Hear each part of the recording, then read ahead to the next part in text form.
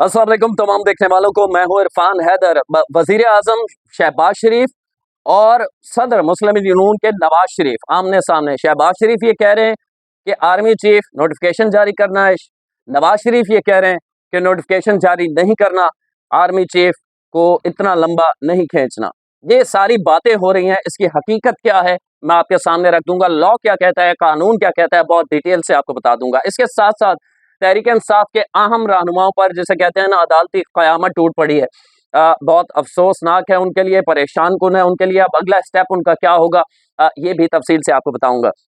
खान साहब कहा करते हैं, आपने अक्सर सुना होगा, इमरान खान साहब, एक तो ये कोशिश एक तो ये पढ़े लिखे नहीं है, ऊपर से कोशिश नहीं करते। अब बदकिस्मती से जो तहरीक इंसाफ को तहरीक इंसाफ की तर्जुमानी कर रहे हैं और सहाफ़ी भी हैं, बदकिस्मती से यूट्यूब के ऊपर उनमें से अक्सरियत पढ़े लिखों की नहीं है।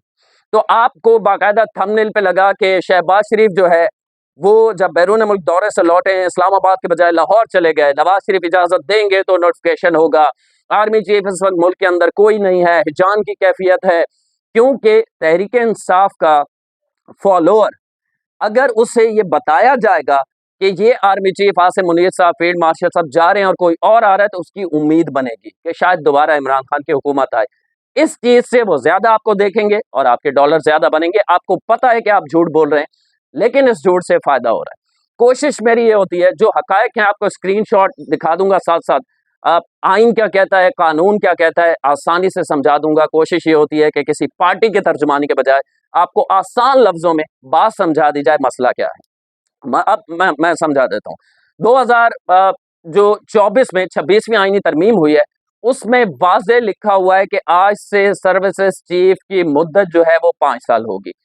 ज़िया दौर से पहले आर्मी चीफ की मुद्दत पाकिस्तान में 4 साल होती थी, जिस तरह अमेरिका में होती थी। तो ज़िया ने एक जगह शिकवा भी किया था अपने डिफेंस सेक्रेटरी जो थे उनसे कि यार तुम्हारे भुट्टो ने मेरे साथ सही नहीं किया। तो उन्होंने कहा क्यों, ऐसा क्या हुआ है? उन्होंने कहा आर्मी एक्ट में उन्होंने तरमीम कर दी है यार, मेरी 4 साल मुद्दत थी 3 साल कर दी है। वो अलग बात है कि फिर भुट्टो को फांसी भी ज़ियाउल हक ने लगाई और डिक्टेटर 10 से 11 साल हुकूमत की। तो ये ज़ियाउल हक से पहले 4 साल मुद्दत थी, ज़ियाउल हक के बाद जुल्फ़िकार अली भुट्टो ने 3 साल कर दी थी। फिर उसके बाद अभी 26वीं आईनी तरमीम में आर्मी चीफ और प्लस सर्विसेज चीफ यानी नेवी का चीफ, एयरफोर्स का चीफ, इनके मुद्दत 5 साल कर दी गई है। अब 26वीं आईनी तरमीम कब हुई? 2024, पिछले साल में। तो उसमें वाज़े तौर पर लिखा हुआ है, मैं आपको स्क्रीन पे दिखा दूंगा कि it shall come into force at once and shall always be deemed to have been part of the Pakistan Army Act 1952। इसमें वाज़े तौर पे लिखा हुआ है कि आज जब 26वीं आईनी तरमीम की गई है, इसमें ये जितनी तब्दीली आर्मी एक्ट के हवाले से 1952 से लागू होंगी। यानी आज से आर्मी चीफ की मुद्दत जो आर्मी चीफ है उस पे भी लागू होगा। तो जो 2024 में जो आर्मी चीफ ये एक्ट 26वीं तरमीम में ये तब्दील किया गया, इसके मुताबिक आर्मी चीफ की मुद्दत अब जब तक चीफ ऑफ डिफेंस फोर्सेस के ओहदे का नोटिफिकेशन नहीं होता, कितनी है मुद्दत?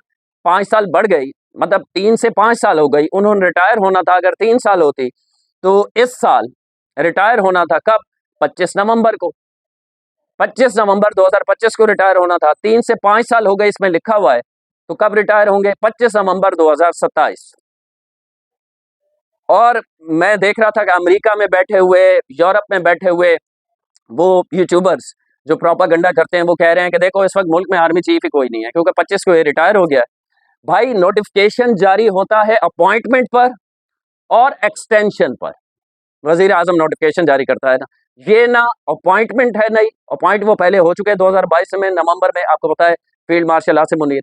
और ये एक्सटेंशन भी नहीं है, कानून बदल गया है। जो भी आर्मी चीफ आएगा उसकी मुद्दत 5 साल होगी, तो इसके लिए नोटिफिकेशन की जरूरत नहीं होती। हाँ, चीफ ऑफ डिफेंस फोर्सेस के नोटिफिकेशन की जहां तक बात है कि वजीर आजम मुल्क से बाहर थे, वजीर आजम मुल्क से बाहर होने की वजह से यहाँ नहीं थे, उनके साइन चाहिए होते हैं। अब वो प्रोसेस स्टार्ट हो चुका है, अगले 24-48 घंटों में नोटिफिकेशन आपके सामने आएगा। चीफ ऑफ डिफेंस फोर्सेस में ये है, 27वीं आईनी तरमीम में जो तब्दीली की गई है उसके मुताबिक वो आर्मी चीफ ही होंगे। Joint chief of general staff जो हुआ करते थे उसकी जगह नया ओहदा है, वो ओहदा खत्म हो गया है। सर शमशाद मिर्जा 26 को रिटायर हो गए आपके इल्म में। अब जो आर्मी चीफ होगा वही चीफ ऑफ डिफेंस फोर्सेस होगा, और चीफ ऑफ डिफेंस फोर्सेस की मुद्दत कितनी होगी? 5 साल होगी। तो वो आज या कल जो नोटिफिकेशन होगा तो अगले 5 साल, यानी 2030 तक। और चीफ ऑफ डिफेंस फोर्सेस अगर 2030 तक है तो जो ये होगा वो आर्मी चीफ भी होगा, तो यानी फील्ड मार्शल आसिम मुनीर 2030 तक रहेंगे। ये आइन और कानून बताता है। आप इस पे एतराज कर सकते हैं कि ये सही नहीं बनाया, आइन में तरमीम मुनासिब नहीं है, जब आपकी बारी आया आप इसे अंडू कर दीजिए, वो आपकी मर्जी है। लेकिन आइन और कानून के मुताबिक इस वक्त आर्मी चीफ 2027-25 नवंबर तक है, और चीफ ऑफ डिफेंस फोर्सेस के नोटिफिकेशन के बाद यही army chief field marshal Asim Munir, chief of defence forces भी और आर्मी चीफ भी और फील्ड मार्शल तो ताहयात है उनका ओहदा, वो ये 2030 तक रहेंगे, मजीद तकरीबन 5 साल।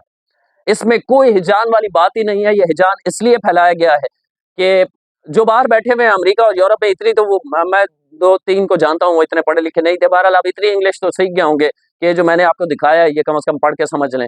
असल में वो हिजान इसलिए पैदा करते हैं ताकि तहरीक इंसाफ के लोगों को बेवकूफ़ बना के उनसे डॉलर कमाया जा सके, उनकी उम्मीद बनी रहे और हमारे डॉलर बनते रहे। बहुत सारे ऐसे हैं जो ऑफ द रिकॉर्ड कहते हैं कि खान साहब बाहर ही ना आए। आपको बड़े वो प्यारे लगते हैं ना, वो कहते हैं खान साहब जेल में रहेगा तो हमारा मंजन बिक रहा है ना यार। एक साहब के साथ बैठा हुआ था लाहौर में, मेरी एक मुलाकात हुई, तो वो कह रहे थे कि यार मुझे पीटीआई बहुत बुरी लगती है, लेकिन पैसे यहाँ जल्दी बनते हैं ना, वीडियो वायरल करते हैं, देखते हैं। तो खैर वो हर किसी का पर्सनल है। आज जी तहरीक इंसाफ के लिए एक बुरी खबर ये है वो कि क़यामत टूट पड़ी है। ज़ाहिर है आप जब आपको किसी केस के अंदर कन्विक्ट हो जाते हैं, आपको सज़ा हो जाती है, तो आप मुल्क से भाग सकते हैं या अपने सूबे में जाके जैसे केपीके में जाके बैठ जाएं, तो वहाँ तो आपकी बचत हो सकती है। लेकिन आपकी मनकूला और गैर मनकूला अगर जायदादें जब्त हो जाएं तो फिर आप क्या करेंगे? ये बहुत बड़ा एक फैसला अदालत की जानिब से सामने आया है। इसमें कौन कौन रगड़े में आएगा मैं आपको नाम बता देता हूँ। 9 मई केसेस तहरीक इंसाफ के आम रहनुमाओं को इश्तिहारी करार दिया गया। जब इश्तिहारी करार देती है अदालत तो मनकूला और गैर मनकूला जायदादें जब्त करने के लिए कह दिया है। और मैं आपको बता दूं अपने ज़ाती तजर्बे की बुनियाद पर, सबसे पहले अब अदालत में पेश हो जाएंगे उमर अय्यूब, क्योंकि उमर अय्यूब माली तौर पे जो है वो तगड़े भी हैं, जायदादें भी हैं और जायदादों से बड़ा प्यार भी है, बड़ी माल और दौलत से प्यार करने वाले आदमी हैं जो लोग बताते हैं।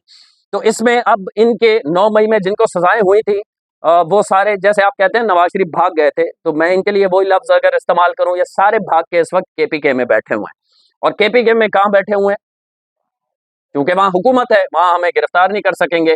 अदालत के हुक्म के बावजूद इनकी गिरफ्तारी हो चुकी है, सजाएं हो चुकी हैं, गिरफ्तारी नहीं देते।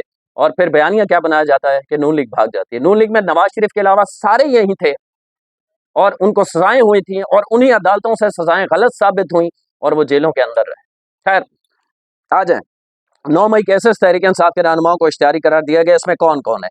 शिबली फराज है, कंवल शोजब है, उमर अयूब है और शेख राशिद शफीक है, जरताज गुल भी हैं, जिनकी वाहिद क्वालिफिकेशन ये है कि वो स्क्रीन पर खूबसूरत दिखती हैं। मतलब इसके अलावा अगर उनको बात कर रहे हैं, आप बात करता हुआ देखें तो आपको लगता है कि यार ऐसे ऐसे लोग भी हमारे यहाँ वजीर रहे। तो बहरहाल महर जावेद हैं, मोहम्मद अहमद चट्टा हैं, राय हसन नवाज हैं, बिलाल एजाज हैं, मुर्तज़ा खान है, अशरफ सोना, चौधरी आसिफ, शकील न्याजी, मोहम्मद इकबाल हैं और हैदर महमूद हैं, सिकंदर हैं, शाहिद सिकंदर और हमजा लतीफ़ भी शामिल हैं। मनकूला और गैर मनकूला अदालत ने कहा इनकी जायदादें जब्त की जाएं जब तक ये गिरफ्तारी नहीं देते, क्योंकि इनको सज़ा हो चुकी है, ना ये पेश होते हैं ना गिरफ्तारी देते हैं। ज़मानत के लिए हाई कोर्ट गए थे तो ज़मानत वहाँ भी जज ने कहा कि खुद तो पेश हो, जिसको ज़मानत चाहिए वो पेश तो हो, वकील भेज दिया, इस तरह ज़मानतें नहीं होती। और मुल्ज़िमान अदालत में सरेंडर नहीं करते तो अदालत ने कहा कि इनकी सारी जायदादें जब्त कर ली जाएँ। अब पेश होंगे, अब मुझे लगता है पेश होंगे। अदालत ने ज़मानतों जो ज़ामिन थे इनके, उन्हें भी नोटिफिकेशन जारी कर दिया है, जिन्होंने माजी में ज़मानतें इनकी लेते रहे कि आ जाएं ज़रा। तो ये ताज़ा तरीन इस वक्त सूरत हाल है कि तहरीक इंसाफ के अहम रहनुमा इनकी जायदादें जब्त, और दूसरा जो हिजान एक पैदा किया गया है, खुद से क्रिएट किया गया है चंद एक यूट्यूबर्स की जानिब से कि आर्मी और हुकूमत एक दूसरे के, ऐसा कुछ भी नहीं है। अगले 24-48 घंटों में चीफ ऑफ डिफेंस फोर्सेस का नोटिफिकेशन आ जाएगा और सत्य खैरन है। ऐसी कोई इख्तलाफ वाली बात नहीं है, क्योंकि अभी वन पेज नहीं फटा। जब कभी ऐसा होगा कि वन पेज फट गया है तो हम आपको बताएंगे, क्योंकि हमारा ज़ाती मफाद तो किसी सियासी जमात के साथ है नहीं, ना माजी की, ना मौजूदा की, ना हम किसी के तर्जुमान है। जो मालूमात होगी वो आप तक सही पहुंचाते रहेंगे। अगली वीडियो तक के लिए अल्लाह ने के बाद।